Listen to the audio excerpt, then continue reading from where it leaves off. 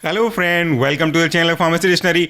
Medicine review की series में आपका स्वागत है। इस रिव्यू सीरीज में हम बात करते हैं कई अलग अलग दवाइयों के काम करने के तरीके और ये भी देखते हैं कि उसके अंदर कौन कौन से एक्टिव कॉन्स्टिट्यूएंट है। साथ में ये डिस्कस करते हैं कि उन एक्टिव कॉन्स्टिट्यूएंट का काम करने का तरीका क्या है, यानी कि वो काम असल में करते कैसे हैं जिसके लिए आपने उसे लिया हुआ है। अगर सर्दी की दवाई ले रहे हो तो ये देखेंगे कि सर्दी होती क्यों है, वहां पे कौन सी ऐसी दवाई है जो सर्दी को ठीक करेगी और वो दवाई कैसे सर्दी को ठीक करेगी, इसकी कंप्लीट जानकारी आपको इस चैनल पे मिलती है। मैं एक रजिस्टर्ड फार्मासिस्ट और प्रोफेशनल फार्माकोलॉजिस्ट हूं। मेरे पास 11 साल का टीचिंग एक्सपीरियंस है। आज की सीरीज में एक ऐसे हम ड्रॉप के बारे में बात करने वाले हैं जो बच्चों के लिए यूज होता है। किस कंडीशन में? जब ऐसे कंडीशन में जहां पे बच्चों का ये जो पूरा सांस लेने का ट्रैक है, रेस्पिरेटरी ट्रैक्ट है, वो कॉन्स्ट्रिक्ट हो जाता है। कॉन्स्ट्रिक्ट मतलब सकरा हो जाता है। तो सकरा होने की वजह से क्या होगा, कोई भी चीज अगर किसी खुली जगह से गुजर रही है, पर्याप्त जगह से गुजर रही है, तो उसको कोई रेजिस्टेंस का फेस करना नहीं पड़ेगा, आराम से निकल जाएगा। लेकिन अगर कोई चीज धीरे धीरे धीरे सक्रिय होती जा रही है, उसकी डायमीटर कम होते जा रहे हैं, तो आपको पता है कि वहां पे उस पर्टिकुलर पार्ट में कोई भी चीज का मूवमेंट आसानी से नहीं हो पाएगा। जैसे एक ढोल मान लो, एक बड़ा सा गोलाई जैसा जगह है, सुरंग जैसा जगह है, वहां पे पर्याप्त मात्रा में जगह है तो आप आराम से दौड़ते भागते खेलते कूदते गुजर सकते हो। लेकिन अगर वहां की जगह बहुत सकरा होता जाए तो आपको रेजिस्टेंस महसूस करेंगे और धीरे धीरे चिपक चिपक के जाएंगे, क्योंकि वहां पे अब जगह पर्याप्त है नहीं और उसकी वजह से आपको प्रॉब्लम होगी। ऐसा ही यहां पे भी होता है। जब बच्चों के ये जो ब्रोंकिया का पार्ट है वो कॉन्स्ट्रिक्ट हो जाता है तो उनको सांस लेने में तकलीफ होती है, और ये तकलीफ केवल इतनी तक खत्म हो जाए तो बात अलग थी। अभी तक तो प्रॉब्लम शुरू हुई है। आगे देखिए क्या होता है। इसके बाद क्या होता है, बच्चों में कफ होने शुरू हो जाता है। कफ मतलब समझते हैं, बलगम जिसको बोलते हैं, फेलगम जैसे हम लोग बोलते हैं, कई बार इसे म्यूकस के नाम से भी बोल दिया जाता है। चिपचिपा पदार्थ होता है। जब हम ऐसे कफ करते हैं और कफ से कुछ ना निकले, सिर्फ ऐसा ही हो, तो वो सूखी खांसी है। लेकिन जब आप कफ करते हो और आपके मुंह से कुछ बलगम जैसे चीजें निकलती हैं जिसे हम बाहर फेंक सकते हैं, तो वो आपका गीली खांसी या तो वेट कफ या बोल सकते हैं इस चीज को। ये कफ धीरे धीरे धीरे धीरे बढ़ता जाता है और गाढ़ा होता जाता है। असल प्रॉब्लम गाढ़ा होने की है, क्योंकि अगर शुरुआत में देखोगे तो वो गाढ़ा होता नहीं। आप ऐसे करते हो तो आपके मुंह से वो बाहर फेंका जाता है, आराम से उसको आप एक्सपेल आउट कर सकते हो।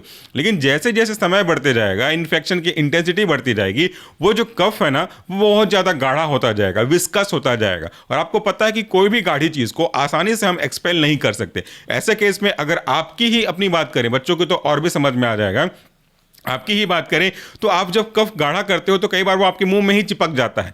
गाढ़ा इतना होता है कि उसे आसानी से एक्सपेल नहीं किया जा सकता। तो सोचिए, जब वो आपके मुंह से आगे जाना नहीं चाहता तो उसको लंग से लेकर के मुंह तक आने में कितनी मेहनत करनी पड़ी होगी। तो विस्कोसिटी के बढ़ने के कारण से कफ के रेस्पेक्ट में उसको बाहर निकालना मुश्किल हो जाता है।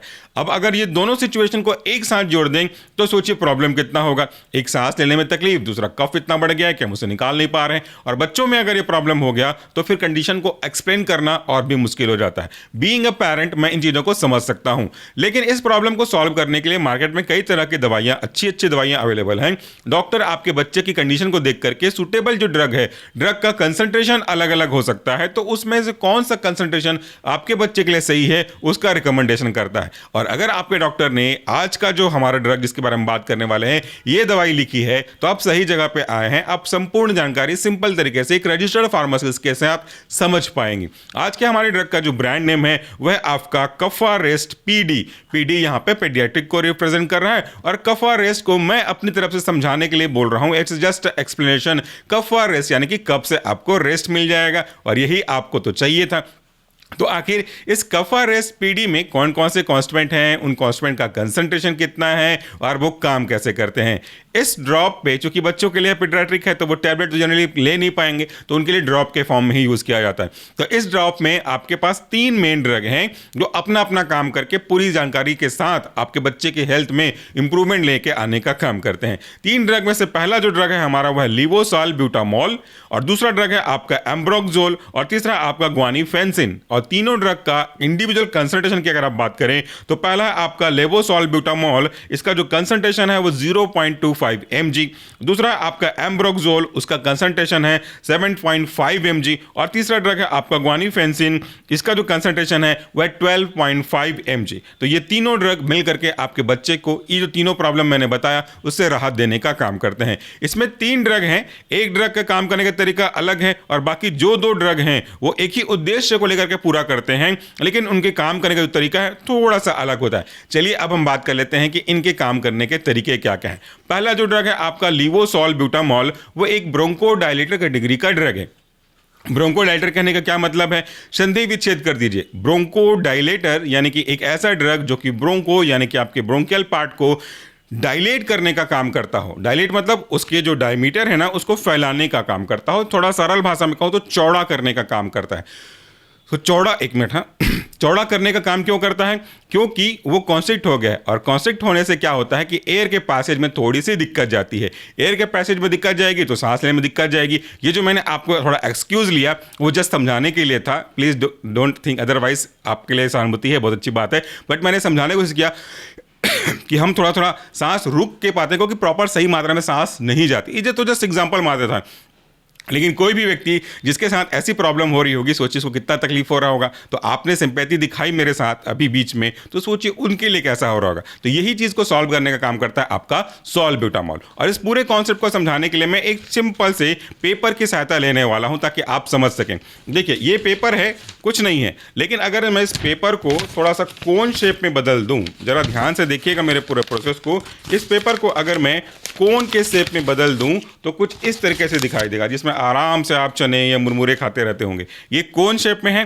कोन शेप का मतलब क्या है, शुरू के हिस्से को अगर आप ऊपर से नीचे की ओर जाएंगे तो ये आपको चौड़ा मिलेगा। धीरे धीरे धीरे प्रोग्रेसिवली आगे जाते जाएंगे तो ये बहुत पॉइंटेड होता जाएगा, शार्प होता जाएगा। यही तो आपके जो बेसिक कोन या फनल का शेप होता है, ऐसे ही काम करता है।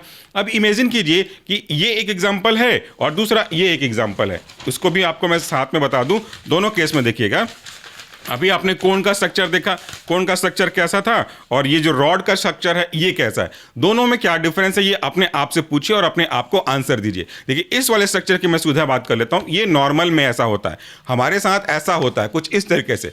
यहां पे जिस तरीके से स्टार्टिंग है, एंडिंग भी उतने ही डायमीटर की है। जैसे फनल में ऊपर बड़ा फिर छोटा छोटा छोटा ऐसा होता आ रहा था ना, इसके साथ ऐसा नहीं है। ये पूरा सब तरफ एक जैसा ही है। तो आराम से हवा जो है इसके थ्रू होता हुआ जाता है। लेकिन अगर यही चीज़ कॉन्स्ट्रिक्ट होता जाए, जैसा कि मैंने आपको शुरू में फनल को रिप्रेजेंट करते हुए दिखाया था, तो अगर ये ऐसा कॉन्स्ट्रिक्ट होता जाए प्रोग्रेसिवली, तो देखिए ये हवा तो शुरू में जाएगा अच्छे से, लेकिन यहाँ से जाते हुए उसको बहुत रेजिस्टेंस का सामना करना पड़ेगा। क्वांटिटी कम होती जाएगी, यहाँ पे बहुत सारी हवा है निकल करके यहाँ पे कम की जाएगी, तो इस तरीके से सांस नहीं ले पाता।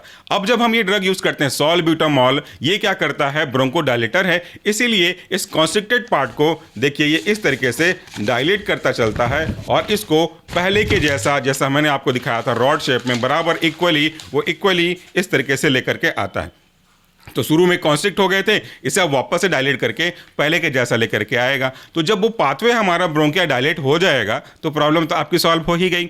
दूसरा जो ड्रग है इसमें आपका, अगर आप कंस्टिट्यूएंट के बारे में बात करो तो यह एम्ब्रोक्सोल हाइड्रोक्लोराइड। एम्ब्रोक्सोल हाइड्रोक्लोराइड को हम ऐसा बोल सकते हैं कि ये एक म्यूकोलाइटिक ड्रग है। म्यूकोलाइटिक को फिर से समझना बहुत आसान है अगर आप इसे कट करके दो भागों में तोड़ देंगे।